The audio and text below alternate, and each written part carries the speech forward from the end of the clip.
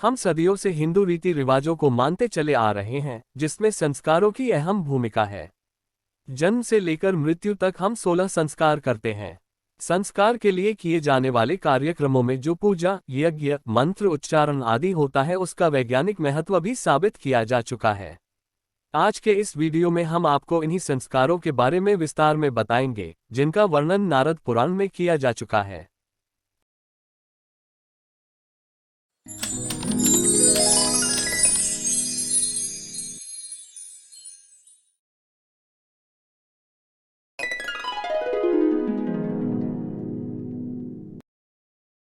संस्कार क्या है? संस्करण या संशोधन का नाम ही संस्कार है।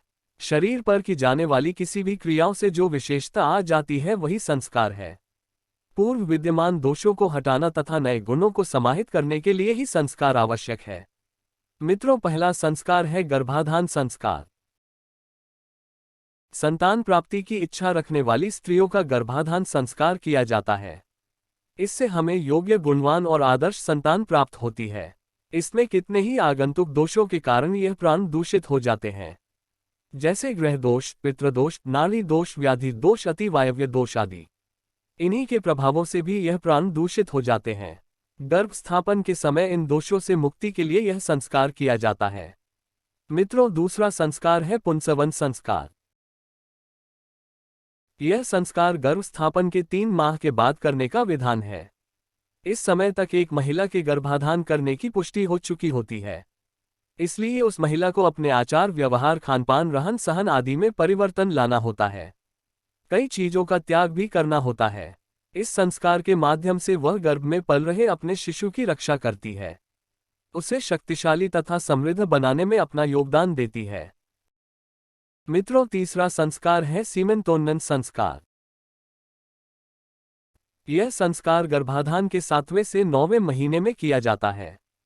इसका मुख्य उद्देश्य गर्भ की संतान सुरक्षित रहे तथा उसका गर्भपात ना हो।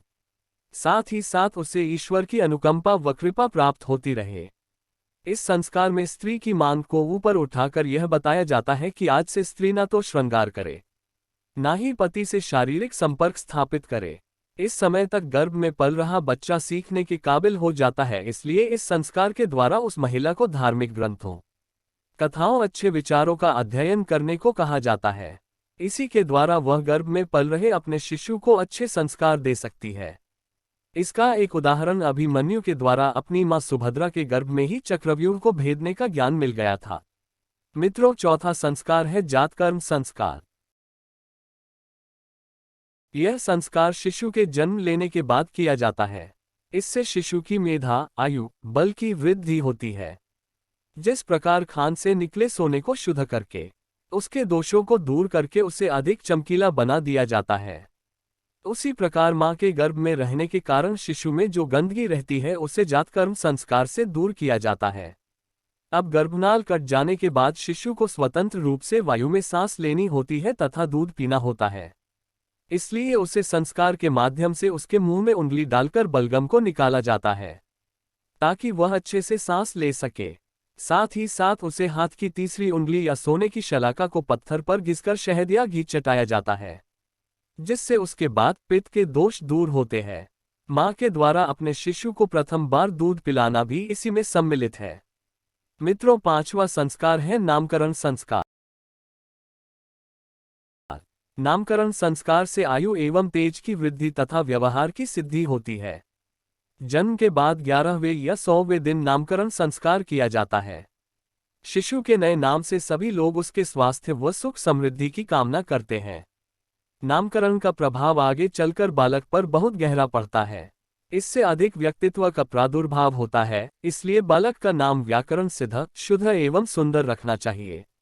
मानव गृहस्थम सूत्र में भी उल्लेख है, यशाश्रम या नामदूयम देवताश्रयम च, यानी नाम ऐसा रखना चाहिए जो यशोवर्धक या यश का सूचक हो, अथवा किसी देवता या नक्षत्र का द्योतक हो।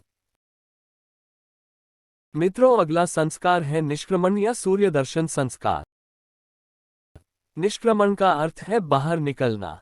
जब बालक 4 महीने का हो जाता है, तब वह अत्यधिक नाजुक नहीं रहता और बाहरी वायु, कणों और वातावरण के संपर्क में आकर उसको संक्रमण होने की आशंका कम रहती है। इस संस्कार में सूर्य का दर्शन कराया जाता है। साथ ही साथ जल व वायुदेव के संपर्क में लाकर उनसे अपने शिशु की कल्याण की प्रार्थना की जाती है। इस संस्कार के साथ ही शिशु बाहरी दुनिया के संपर्क में रहने लायक हो जाता है। मित्रों, अगला संस्कार है अन्नप्राशन संस्कार। जन्म से लेकर 6 माह तक शिशु अपनी मां के दूध पर ही निर्भर रहता है तथा इसके अलावा उसे कुछ भी खाने को नहीं दिया जाता है। तो मां के दूध के अलावा पहली बार भोजन देने की प्रक्रिया को ही अन्नप्राशन संस्कार कहा गया है। इसलिए इस महीने तक बालक का पाचन तंत्र भी अन्न ग्रहण करने योग्य हो जाता है। मित्रों, अगला संस्कार है मुंडन या चूड़ाकरण संस्कार। यह संस्कार शिशु के जन्म के पहले वर्ष, तीसरे या 5वें वर्ष में किया जाता है। इसमें मां के गर्भ से मिले बालों को हटा दिया जाता है, जिसे वपन क्रिया संस्कार, मुंडन संस्कार या चूड़ाकरण संस्कार कहा जाता है। जो कि शिशु को जन्म से मिले होते हैं उनमें कई तरह के जीवाणु तथा विषाणु व्याप्त होते हैं, परंतु शिशु की खोपड़ी अत्यंत नाजुक होने के कारण 1 वर्ष से पहले मुंडन नहीं किया जा सकता। उन केशों को मुंडवाकर शिखा रखी जाती है। शिखा से आयु एवं तेज में वृद्धि होती है। इससे बच्चे का सिर भी मजबूत होता है। मित्रों, अब बचे हुए 8 संस्कारों को हम अगले वीडियो में जानेंगे। आशा करते हैं आपको वीडियो में दी गई जानकारी पसंद आई होगी।